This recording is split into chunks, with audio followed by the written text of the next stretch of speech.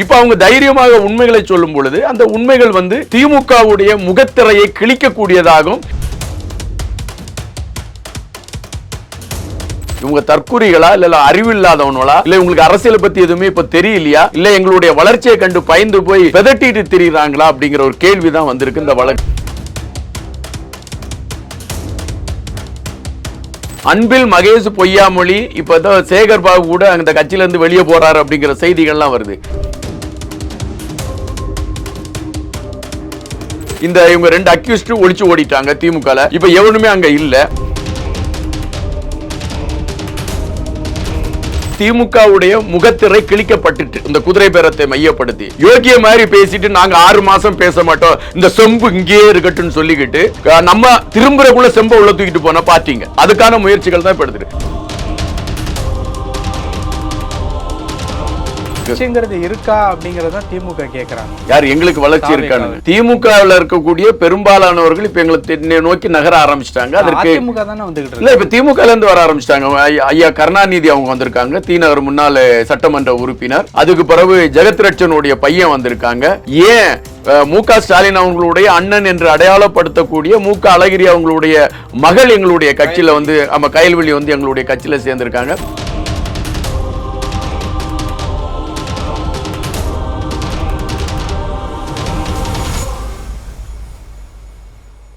Real one நேயர்களுக்கு வணக்கம். இன்று நம்மளுடைய நேர்காணலுக்கு தாவேகாவின் மாநில செய்தி தொடர்பாளரான திரு இன்பா அவர்கள் இணைச்சிருக்காங்க. வணக்கம். வணக்கம். ஆதவ் அர்ஜுனா அவர்கள் கரூர் சம்பவம் தொடர்பா சில நாட்களுக்கு முன்னாடி எங்களுக்கு பழைய கணக்கு தீர்க்க வேண்டியது இருக்கு அப்படின்னு சொல்லி பேசியிருந்தார். அப்படி பேசினதன் தொடர்பா திமுகவினுடைய வழக்கறிஞர்கள் டெல்லி உச்சநீதிமன்றத்தில் வழக்கு வந்து தொடர்ந்தாங்க. இன்னைக்கு அந்த வழக்கை வந்து திமுக வந்து வாபஸ் பெற்றிருக்காங்க. கோர்ட் வந்து நீதிமன்றத்தை அரசியல் மேடையாக மாற்ற வேண்டாம், எப்படி நீங்கள் வந்து விஜய் அவர்களை வந்து அக்யூஸ்ட் அப்படிங்கிற வார்த்தையால் பிரயோகிக்க முடியும் அப்படிங்கிற மாதிரியான பல கேள்விகள் வந்து கேட்டிருக்காங்க. எப்படி பார்க்குறீங்க இந்த விஷயத்த? இன்னைக்குள்ள இந்த வழக்கு வந்து உண்மையிலே ஒரு பெரிய ஒரு திருப்பு முனையாக தான் நான் பார்க்குறேன். காரணம் எப்படின்னு பார்த்தீங்கன்னா, ஆதவ் அர்ஜுன் அவங்க வந்து சொன்னது வந்து ஒரு சரியான ஒரு வார்த்தை தான். அவர் அதை ஒரு எடுத்துக்கட்டியோ ஏதோ சொல்ல. காரணம் எப்படின்னு பார்த்தீங்கன்னா, அந்த கரூர் சம்பவம் நடைபெற்ற பொழுது ஒட்டுமொத்த சந்தேகமும் திமுக மேல் தான் இருந்துச்சு. இது எல்லாருக்குமே தெரியும். நான் கூட நம்மளுடைய இந்த வலையொலியில் பேசும் பொழுது முதலாக அந்த சந்தேகத்தை கிளப்பியவன் நான் தான். திமுகவிற்கு இது சதி இருக்கலாம் அப்படின்னு ஒரு சந்தேகத்தை நம்ம அப்போ கிளப்பியிருந்தோம். அது வந்து தமிழக வெற்றி கழகத்தை சார்ந்த எல்லாருடைய மனதிலும் அந்த சந்தேகம் இருக்குது, மக்கள் மத்தியிலும் அந்த சந்தேகம் இருக்குது. அதை ஆதவ் அர்ஜுனா அவங்க வந்து தன்னுடைய கருத்தாக அவர் பதிவிட்டிருந்தார். அதை மையப்படுத்தி திமுக ஏன் பயப்படணும்னு ஒரு கேள்வி முதல்ல எழும்புது. ஏன்னா அவங்கக்கிட்ட மடியில் கணம் இல்லைன்னா அவங்க பயப்பட வேண்டிய தேவையில்லை. ஆனால் உடனடியாக அவங்க பயந்து போய் அவங்க வந்து நீதிமன்றத்தை நாடுறாங்க. இப்படி கரூர் சம்பவத்தை பற்றி ஆதவ் அர்ஜுனா பேசக்கூடாது, நிர்மல்குமார் பேசக்கூடாது, எங்களுடைய பொதுச் செயலாளர் பேசக்கூடாது அப்படின்னுட்டு போய் நீதிமன்றத்தை நாடுக்கான முயற்சிகள் எடுக்கப்படுது. RS பாரதி சார்பில் அந்த வழக்கு பதிவு செய்யப்படுது. ஆனால் திமுகவில் இருக்கக்கூடியவங்க மிகப்பெரிய தற்குறிகள் அப்படிங்கிறது உங்களுக்கே தெரிஞ்சிருக்கும்னு நினைக்கிறேன். இல்ல அதனாலதான் இப்ப திருப்பி சொல்றேன். அவங்க மிகப்பெரிய தற்குறிகள்ங்கிறது உங்களுக்கே தெரிஞ்சிருக்கும்னு நினைக்கிறேன். ஏன் அப்படின்னா, அவங்க தான் இப்ப ஆட்சியில இருந்தாங்க. அவங்க தான் அந்த வழக்கு கரூர் சம்பவத்தை மையப்படுத்திய வழக்கு பதிவு செய்தது. அவங்க தான் FIR ஃபைல் பண்ணது எல்லாமே அவங்களை சார்ந்த காவல்துறை அதிகாரிகள் தான் அந்த FIR ஃபைல் பண்றாங்க. அந்த FIRல எங்களுடைய தலைவரும் இப்பொழுது முதலமைச்சருமாக இருக்கக்கூடிய விஜய் அவங்களுடைய பேர் அதுல இல்லை. இது அந்த திமுகவில் இருக்கக்கூடிய அந்த வழக்கறிஞர் பிரிவுகளுக்கு தெரியாதா, அல்லது திமுகவில் இருக்கக்கூடிய அந்த உயர் மட்ட தலைவர்களுக்கு தெரியாதா? அப்படி ஒரு வழக்கிலே பதிவே இல்லாத ஒரு நபரை கொண்டு போய் நீங்க அவருக்கு மேல வந்து அவர் அங்க போய் பேசக்கூடாது, கரூருக்கு போகக்கூடாது, நலத்திட்ட உதவிகள் வழங்கக்கூடாது அப்படின்னு ஒரு வழக்க பதிவு செய்யறாங்கிறது வந்து ஒரு முட்டாள்தனமான செயல்பாடு. ரெண்டாவது, ஒரு முதலமைச்சர் இருக்காரு. அந்த முதலமைச்சர் வந்து அவருடைய அந்த மாநிலத்துக்குள்ள எங்க வேணாலும் போலாம். இதுதான் ஒரு முதலமைச்சருக்குள்ள ஒரு வரம்பு. எங்க வேணாலும் அவர் போலாம். முதலமைச்சர் போய் அங்க போய் நிவாரண நிதிகள், அத நலத்திட்ட உதவிகள் கொடுக்க கூடாது அப்படின்னு ஒரு பாயிண்ட் எடுத்து வைக்கிறாங்கன்னா, இவங்க தற்குறிகளா இல்ல அறிவில்லாதவங்களா இல்ல உங்களுக்கு அரசியலை பத்தி எதுவுமே இப்ப தெரியலையா இல்ல எங்களுடைய வளர்ச்சியை கண்டு பயந்து போய் பெதட்டிட்டு திரியுறாங்களா அப்படிங்கிற ஒரு கேள்விதான் வந்திருக்கு இந்த வழக்கு. இருக்கா அப்படிங்கறத திமுக கேக்குறாங்க. யார் எங்களுக்கு வளர்ச்சி இருக்கான்னு? திமுகவில் இருக்கக்கூடிய பெரும்பாலானவர்கள் இப்ப எங்களை நோக்கி நகர ஆரம்பிச்சிட்டாங்க. அதற்கு இல்ல இப்ப திமுக இருந்து வர ஆரம்பிச்சிட்டாங்க. ஐயா கருணாநிதி அவங்க வந்திருக்காங்க, தீநகர் முன்னாள் சட்டமன்ற உறுப்பினர். அதுக்கு பிறகு ஜெகத்ரட்சனுடைய பையன் வந்திருக்காங்க. ஏன் மு.க. ஸ்டாலின் அவங்களுடைய அண்ணன் என்று அடையாளப்படுத்தக்கூடிய மு.க. அழகிரி அவங்களுடைய மகள் எங்களுடைய கட்சியில வந்து கயல்வெளி வந்து எங்களுடைய கட்சியில சேர்ந்திருக்காங்க. இப்ப வந்துகிட்டு இருக்கக்கூடிய செய்தியை பாத்தீங்கன்னா, அன்பில் மகேஷ் பொய்யாமொழி இப்பதான் சேகர் பாபு கூட அந்த கட்சியில இருந்து வெளியே போறாரு அப்படிங்கிற செய்திகள்லாம் வருது. நான் முதல்ல சொன்னதுதான், அதாவது எங்களுடைய வெற்றி முதல்ல மக்களுக்கான வெற்றியா பார்க்கப்பட்டுச்சு. மக்களுக்கான களத்தை நாங்க எடுத்துட்டு பயணிக்கிறோங்கிற ஒரு எண்ணம் மக்கள் மத்தியில வந்ததின் காரணமாக அந்த வெற்றி கொண்டாடப்பட்டது. இப்போ மக்கள் ஒரு முடிவை எடுத்துட்டாங்க. இந்த ஆட்சி நல்லாட்சியா இருக்கு, இந்த 2 அயோக்கிய பயக்களும் தேவையில்லை அப்படிங்கிற ஒரு முடிவு எடுத்திருக்காங்க. இப்ப அதிமுகவுக்கு சோலி முடியுது, அடுத்து திமுகவோட சோலியும் முடிஞ்சிடும். உச்சநீதிமன்றத்தை அரசியல் மேடையா நடத்த வேண்டாம் அப்படின்னு நீதிபதியே சொல்லியிருக்காங்க. அப்படின்னா அப்போ இந்த வழக்கு அப்படிங்கிறது எப்படியாப்பட்ட ஒரு வழக்கு அப்படின்னு பார்க்கறது, அதாவது பேசுனதுக்கு உண்டான எதிர்ப்பு வழக்குன்னு பார்க்கறதா, இல்லை பழிவாங்கல் வழக்கு அப்படிங்கிற மாதிரியான பார்க்கறதா, இல்லை இந்த மாதிரி பேசினா எங்க சைட்லேருந்து லா ரிலேட்டபிளாக நடவடிக்கை எடுப்போம் அப்படிங்கிற மாதிரி? இல்லை, அப்படி இல்லை. அதாவது இப்போ முதலமைச்சர் கரூருக்கு போறாங்கன்னு வச்சுக்கோங்களேன். கரூருக்கு போகும் பொழுது திமுகவுடைய நிறைய வண்டவாளங்கள் வெளியே தெரிவதற்கான ஒரு களம் இருக்கு. நீங்க கரூர் சம்பவம் நடைபெற்ற பொழுது ஒட்டுமொத்தமாக அங்க வந்த நமக்கு செய்திகள், அங்க இருந்து வந்த செய்திகள், அதுக்கு பிறகு அவங்க ஆட்சியில இருந்தனால அது மறைக்கப்பட்டுச்சு. அதான் உண்மை. வந்த செய்திகள் இந்த கூட்டத்தில் நாங்க சிக்கிட்டோம், ஆனா நாங்க தப்பிப்பதான முயற்சிகள் எடுத்தோம், எங்க கழுத்துல யாரோ மிதிச்சாங்க, எங்க மேல பிளேட வச்சு கிழிச்சாங்க, எங்களை கட் பண்ணாங்க, இப்படி நிறைய செய்திகள் அப்போ தொடர்ச்சியா வந்துட்டு இருந்துச்சு. அதுபோல பாத்தீங்கன்னா கரூர் சம்பவத்துல இப்போ ஒரு கூட்டம் சிதறடித்து ஓடுதுன்னா அவங்க கையில இருக்க வாட்ச் கீழே விழுந்திருக்கணும், பர்ஸ் கீழே விழுந்திருக்கணும், அவங்கள்ட்ட இருக்கக்கூடிய ஹேண்ட்பேக் கீழே விழுந்திருக்கணும், இதெல்லாம் விழுந்திருக்கணும். ஆனால் அவங்க ஒட்டுமொத்தமாக செருப்பு மட்டும்தான் நிறைய கடந்துச்சு.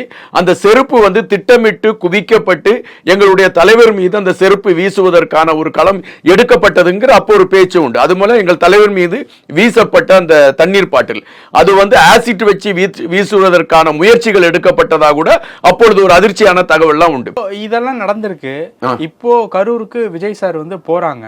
போகும்போதும் பொதுமக்கள் மேடையில கட்சியினர் இருப்பாங்க அப்படின்னு சொல்லிட்டு சில பத்திரிகையாளர்கள் குறிப்பிட்டு சொல்றாங்க. இப்பயுமே அந்த மாதிரி நடப்பதற்கு வாய்ப்பு இருக்காதுன்னு உங்களால முழுமையா சொல்ல முடியும்? இல்ல, இப்ப ஏன் வாய்ப்பு இருக்கான்னா, அந்த அக்யூஸ் 2 பேர் இப்ப ஒளிச்சு ஓட தொடங்கிட்டாங்க. ஒண்ணு சொல்றீங்க? ஆமா, அக்யூஸ் தாங்க. அவங்க மேல இப்ப எங்க கட்சியை ஆட்சியை கவுக்கு அவங்க பேரம் பேசியிருக்காங்க, அவங்க மேல குற்ற வழக்கு இருக்கு. அப்ப நான் அக்யூஸ் தானே. ஆதாரம் இருக்கா? ஆமா, ஆதாரம் இல்லாம எப்படி ஒரு நீதி அந்த ஆதாரம் இல்லாம எப்படி காவல்துறை அவர் மேல கேஸ் போட்டு ஒரு நடவடிக்கை எடுப்பதற்கான ஒரு களத்தை எடுக்கும்? ஆதாரத்தோடு இருக்கக்கூடிய காரணத்தினாலதான் தைரியமா சொல்றாங்க. அவங்க அக்யூஸ் தான், அவங்க 2 பேருமே அக்யூஸ் ஒழிச்சு ஓடிட்டு தெரியாங்க. இப்ப எங்களுடைய கட்சியை சார்ந்த ஒரு எம்எல்ஏ மிக தெளிவா அதை குறிச்சு அவர்கிட்ட எவ்வளவு பேசினாங்க, அது யார் பேசினா, அந்த செய்தி எல்லாம் இப்ப வந்துகிட்டு இருக்கு. ஏன்னா ஒட்டுமொத்தமா இவங்களுக்கு இப்ப ஒரு 20 வருஷம் இவங்களால இனி ஆட்சிக்கு வர முடியாங்கிறது தெரிஞ்சு போச்சு. அதுக்கு எல்லாருமே இதே சொல்றீங்க. இது ஏதாவது நரேட்டிவா? இல்ல, நரேட்டிவ்னு இல்ல. இப்போ எங்களுடைய தலைவர் முதலா அவர் 2024 கட்சி தொடங்கின போது முதல்ல அவர் அறைகோல் என்ன விடுறாரு, திமுகவுக்கு எனக்கும் தான் நேரடி போட்டி, அங்க எங்களுக்கு கொள்கை ரீதியான எதிர்ப்பாளர் பாரதிய ஜனதா கட்சின்னு அவர் அறிவிச்சாரு. ஆனா அப்போ ஒரு நளிச்சிரிப்பு தான் எல்லாரும், இது என்னப்பா இப்பதான் சினிமால இருந்து வந்தாங்க அப்படின்னாங்க. ஆனால் அவர் என்ன சொன்னாரோ அதை நடத்தி காட்டினார். நான் முதலமைச்சரா வருவேன், அதை நடத்தி காட்டினாரு.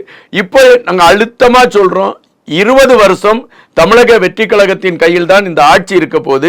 இனிமேல் திராவிட கட்சிகளுடைய ஆட்சி என்பது தமிழகத்தில் மிகப்பெரிய கேள்வியை உருவாக்கி இருக்கு. அந்த பயம் திமுகவுக்கு இருக்கு. எனவே இப்ப கரூர்ல போயாச்சுன்னா நிறைய உண்மைகள் தெரியும். இப்ப எங்க தலைவர் போறாரு, அங்க இருக்கக்கூடிய பாதிக்கப்பட்ட மக்களை சந்திக்கிறாரு, அந்த மக்கள் உண்மைகளை எடுத்து சொல்லுவாங்க. அப்ப பயந்து இருந்தாங்க. இப்ப அவங்க தைரியமாக உண்மைகளை சொல்லும் பொழுது அந்த உண்மைகள் திமுகவுடைய முகத்திரையை கிழிக்கக்கூடியதாகும். அந்த யார் அதற்கான களத்தை ஏற்படுத்தினாங்கிற கை நீட்டல் யார் மீது திரும்புகிறது என்பது அப்பொழுது உங்களுக்கு உண்மை தெரியும். அதனாலதான் எங்க தலைவர் அங்க போயிடக்கூடாதுங்கிற தடுக்க முயற்சிக்கிறாங்க. ஆனா இப்போ அங்க அதிமுக அந்த சட்டமன்ற உறுப்பினர் எங்க கட்சியில சேர்ந்துட்டாரு. இவங்க 2 அக்யூஸ்ட் ஒழிச்சு ஓடிட்டாங்க திமுக. இப்ப எவனுமே அங்க இல்ல. அதனால எங்க தலைவர் அங்க போகும் பொழுது அங்க எந்த விதமான அசம்பாவிதம் நடப்பதற்கான அந்த களங்கள் இல்லை. காரணம், அந்த நடத்தக்கூடியவர்கள் இப்பொழுது அங்க இல்ல, அவங்க ஒழிச்சு தெரியுறாங்க. அதனால தைரியமா எங்க தலைவர் போனா அங்க ஒண்ணு நடக்காது.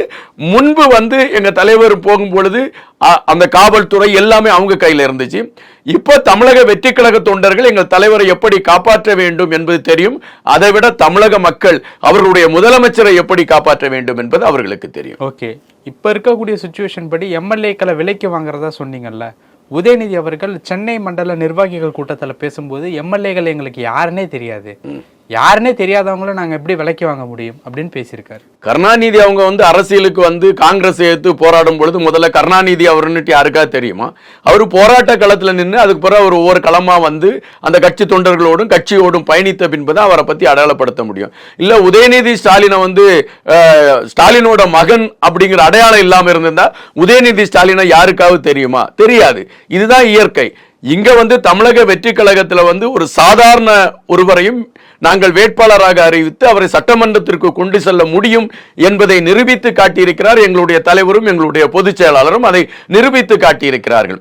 இன்னைக்கு வந்து ஒரு மாற்றமான அரசியல் களம் வந்திருக்கு. நடுத்தர குடும்பத்தை சார்ந்த ஒரு 70 பேர் சட்டமன்ற உறுப்பினர்களாக களத்தில் வந்து சட்டமன்றத்திற்குள் உட்காரக்கூடிய ஒரு களம் அமைஞ்சிருக்கு. இன்னைக்கு பாத்தீங்கன்னா பரவலா எந்த இடத்துல பார்த்தாலும் ஒரு மாற்றத்திற்கான அரசியல் களம் விதைக்கப்பட்டிருக்கு.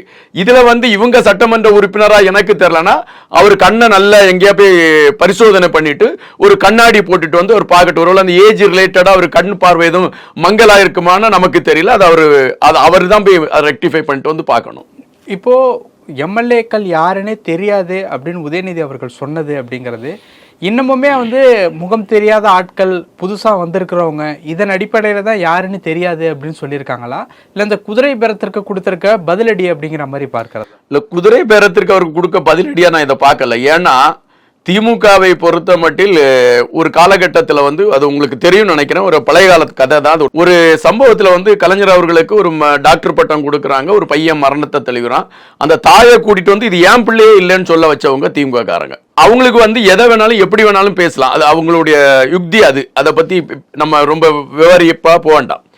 ஆனால் இப்போ வருது குதிரை பேரம்னா திமுகவுடைய முகத்திரை கிழிக்கப்பட்டுட்டு இந்த குதிரை பேரத்தை மையப்படுத்தி யோகிய மாதிரி பேசிட்டு நாங்க 6 மாசம் பேச மாட்டோம், இந்த செம்பு இங்கேயே இருக்கட்டும்னு சொல்லிக்கிட்டு நம்ம திரும்புறக்குள்ள செம்பை உள்ள தூக்கிட்டு போன பாத்தீங்க. அதுக்கான முயற்சிகள் தான் இப்ப எடுத்துட்டு அவங்களுடைய நிலைப்பாடு இப்ப அதுதான். எப்படியாவது நம்ம தாவேக்காவை அந்த ஆட்சியை கவுத்துட்டோன்னா நம்ம எப்படியாவது போயிடலாம். நம்ம ஸ்டாலினோட பையன் சொல்லிட்டு துணை முதல்வர் வந்தோம், என்னடா திடீர்னு வந்தாரு விஜய் வந்தாரு ஒட்டுமொத்தமா எல்லாத்தையும் அழிச்சிட்டாரு அப்படிங்கிற ஒரு பதப்பதைப்புல தான் அவங்கள தெரியல இவங்கள தெரியல அதை தெரியலன்றாரு. முதல்ல வந்து திமுக இருக்கக்கூடிய தொண்டர் அவருக்கு தெரியுதான்னு பாருங்க. அந்த தொண்டர்களை தெரிஞ்சிருந்தா அந்த கட்சி வந்து இவ்வளவு தேய்மானத்தை நோக்கி போயிருக்காது. அந்த தொண்டர்கள் அத்தனை பேருமே புலம்பிட்டு இருக்காங்க, எங்களை எவனுமே கவனிக்கல, அவன் பெண் நிறுவனம்னா அங்கன்னா இங்கன்னா சம்பாதிக்கல போயிட்டு இருந்தா எங்க எவனும் கவனிச்சான், ஒருத்தனுமே கவனிக்கல அப்படின்ட்டு சொல்லிட்டு இருக்காங்க அந்த தொண்டர்கள். முதல்ல அவங்கள போய் அவர் பார்த்து அந்த கண்ணாடி எல்லாம் போட்டு ஓஹோ இவர்கள் தான் தொண்டர்கள், இவர்கள் தான் தாத்தா காலத்தில் இருந்து இந்த கட்சிக்காக உழைத்தவர்கள் அவங்களை அடையாளப்படுத்திட்டு அது பிறகு எங்களை அவர் அடையாளப்படுத்த வரட்டும். பல விஷயங்கள் பேசியிருக்கோம். நன்றி சார். நன்றி, வணக்கம்.